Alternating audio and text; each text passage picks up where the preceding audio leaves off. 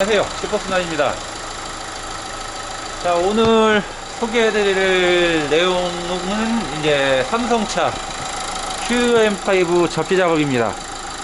보시다시피 배터리 센서 여기 기준 저항이 뒤에 보이실 거예요. 기준 저항이 있는 타입이기 때문에 이거는 기존에 말씀하시는 뭐 그런 스파이더 접지 이런 거는 조금 하기가 어려운 차예요. 그리고 공간이 엄청 안 나오는 차입니다. 자, 이런 차들을 또 작업을 하려면 힘들죠? 네, 힘들어요. 말도 못하죠. 특히 QM5는 공간이 정말 안 나오고요. 이 하체를 뜯어갖고 이제 밑에 쪽 작업을 하려고 보면 모듈화 되어 있는 차량처럼 좀 특이해요. 그래서 좀 생각을 많이 하게 되는 차량입니다. 특성은 약간 쉐보레 차량 비슷하게 나와요. 현대 차량은 조금 특성이 틀리고요. 쉐보레 차량과 많이 비슷한 좀 그런 특성을 갖고 있는데, 일단 작업 전 데이터를 먼저 보실게요. 시동을 걸고 나서 차체는 약간 접지가 조금 높게 나오죠. 예, 차체 접지가 조금 좋은 상황은 아니었고요. 이게 지금 차체거든요, 빨간색이. 그 다음에 나머지 엔진하고 미션 쪽인데, QM5 이 차량이 LED에요. 전조등하고 안개등이 다 LED라 LED 구간이 작동할 때는 거의 뭐 전류 변화가 없습니다. 기껏해야 뭐 안개등 조금 켰을 때 약간 상승하는 정도? 그 외에는 거의 그 선거연합이 없죠. 근데 이제 제가 요번에 작업 전에는 에어컨부터 켰어요. 에어컨을 킨 다음에 열선을 켰거든요. 에어컨 작동 구간, 열선 작동 구간인데, 에어컨을 딱 킨과 동시에 약 40mV 가량 급격하게 전압 강화가 일어납니다. 굉장히 크게 일어나요. 그 다음에 딱 서면서 이제 그 마그네틱 클러치가 붙을 거 아니에요. 마그네틱 클러치 쪽에서 마그네틱이 붙어가지고 작동을 하면서 순간적으로 드랍이 됐다가 이제 펌프가 약간 안정화가 되면서 약간 이제 그 선간연합이 줄어들긴 하지만 보면은 계속 전압이 헌팅을 하잖아요. 네, 이런 부분이 뭐냐면은 약간 이제 불안정한 거거든요. 불안정하다고 보시는 게 맞죠. 네. 그래서 이 부분이 이제 이렇게 나왔고, 열선을 키자 또 열선을 키면서 드랍이 되면서 전압이 불안정하게 나오는, 아마 듀티리어 그러니까 모듈에서 제어하는 부분 때문에 그런 것 같아요. 좀 간섭을 받는 거죠, 서로 간에. 전류 흐름이 원활하지 않으니까 간섭을 받는 게 아닌가, 저는 이제 그렇게 생각이 들었습니다. 그래서 작업 후의 데이터를 잠깐 보여드리면은, 작업 후 시동을 걸고 나서 예열이 딱 꺼진과 동시에 바로 전압이 안정화가 되고, 이때가 이제 라이트 켰을 때, 열선까지 켰을 때는 문제가 없어요. 이게 중간에 여기가 이쯤이 열선 킨 거거든요. 요쯤이 열선 작동 구간인데 거의 선간연합 전압 강화가 없어요. 에어컨 켰을 때 약간 선간연합 전압 강화가 있는데 거의 뭐 없다고 봐도 무방하겠죠, 이 정도면. 네. 4mV? 네. 약 4mV의 선간연합이 발생을 했습니다. 일단은 접지 효율은 되게 잘 나왔어요. 접지 효율은 되게 잘 나왔고, 근데 문제는 이제 작업을 하면서 제가 이 차량 QM5는 오늘 처음 한 거거든요.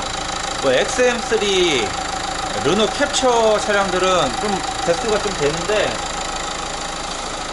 QM5는 예전에도 접지를 해달라고 한 분이 계셨는데 이게 공간이 너무 안 나와가지고 안 했던 적이 있었어요. 근데 오늘은 이제 또 서울에서 내려오셔갖고, 예전에 그 올류렉스턴 접지 작업을 하시고 많은 체감적 변화를 느끼시고 너무 만족하신다고 요 QM5도 사모님 차량인데 작업하러 오신 거고요. 근데 진짜 작업 공간 안 나오네. 그런데 항상 모든 차량은 어떤 구성은 동일해요. 단지 이제 이걸 조립하는 방법과 설계에 따라서 포인트를 내가 찾아서 써야 되는 경우가 있고, 아니면 기존에 있던 포인트를 최대한 활용을 해가지고 조립부를 활용해야 되는 경우도 있고, 어쨌거나 전류 분배는 맞춰줘야 되니까, 예, 그렇게 해서 그 다음에 선과점부터 줄여줘야 되고요. 그렇기 때문에 그런 부분에 대해서 좀 집중적으로 신경을 썼는데, 얘가 또 되게 안 좋았던 게 배기 라인이 그 머플러가 통이에요. 하나로 쭉 나갔어요. 즉 연결부가 없어요. 그러니까 배기 쪽에 이제 산소 센서, 그 다음에 차압 센서, 배기 온도 센서, 이런 것들에 노이즈 타는 거를 좀 잡아줘야 되는데 그게 정말 힘들었어요. 그리고 이제 인젝터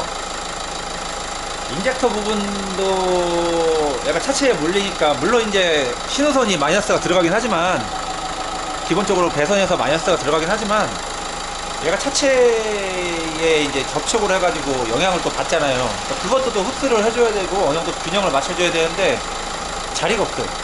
근데 간신히 블럭 쪽에서 찾아가지고 차체랑 연결을 해주는 방향으로 작업을 했습니다.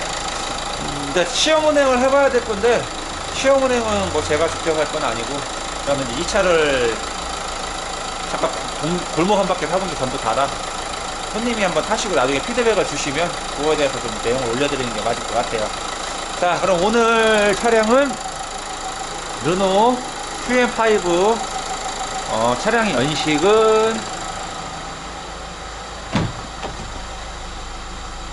2017년형 QM5 접지에 대해서 이렇게 간략하게 영상 남겨드리겠습니다. 네, 나머지 얼만큼 잘 나왔나는 서울까지 올라가 보시고 또 타보시고 나서 저한테 연락 한번 달라고 부탁드려야 될 것 같아요. 기존에 뭐 이렇게 보시면은, 버렸구나. 여기에 뭐 여기 있네. 기존에 요거가 돼 있었어요. 근데 저는 이런 거 추천 안 해요. 자, 제가 그 다음에 이거 사장님께서 이렇게 해가지고 차체 접지를 하나 해주셨는데, 접지는 그렇게 하는 게 아니죠. 예. 다 띄고 작업도 측정을 한 거고, 다 띄고 작업을 한 겁니다. 자, 이건 전압 안정기예요. 아마 캐퍼시터 같아요. 제가 봤을 때는 캐퍼시터 같은데, 제가 이거를 왜 별로 효과가 없을 거라고 하냐면, 선이 너무 얇죠. 얘가 그럼 가용 전류치가 얼마 안 되는 선이잖아요. 그럼 이 안에 있는 캐퍼시터 용량이 생각보다 크지 않다는 거예요. 네. 근데 이게 저희가 이 캐퍼시터 하는 거를 나쁘다고는 절대 얘기 안 하거든요. 도움이 돼요. 도움이 되는 건 분명히 되는데, 어떤 제품이 도움이 되는지는 저도 그거는 모르죠.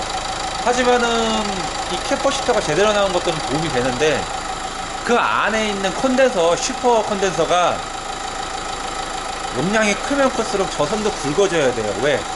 얘가 순간적으로 서지를 잡아줬다가 또 순간적으로 전압이 따를 때 전기를 밀어줘야 되려면 저 정도 굵기의 선 갖고는 보통 이제 우리가 일반적으로 자주 쓰는 캐퍼시터 용량의 저 정도 선 갖고는 대응이 안 되거든요. 그러면은 지금 저 정도의 선이 장착된 캐퍼시터라고 한다면 용량이 작다는 얘기죠. 조그만 거 여러 개 들어가 있을 거예요. 요만한 거, 굵기는 한 새끼손가락만한 거, 새끼손가락만한 굵기의 캐퍼시터가 아마 한 10몇 개 들어가 있지 않을까. 많으면 20개? 근데 보통 정말 좋은 것들은 막 굵기 이만한 것들 엄청 많이 들어가 있거든요. 굵기 이만한 거. 네. 그 정도 되면은 플러스 마이너스 선이 저 정도 굵기 갖고는 안 돼요. 허용 전류가, 가용 전류가 안 돼요. 저거는. 그렇기 때문에 저거는 탈거를 했습니다. 자, IMV 여기 고압 펌프 있고 다 감안해갖고 작업을 해놨어요. 정말 포인트 안 나오네요. QM5는 여기서 마치도록 하겠습니다. 이렇게 데이터 아까 보여드린 대로 그렇게 나왔고요. 나중에 또 피드백 한번 어떤지 올려드리겠습니다.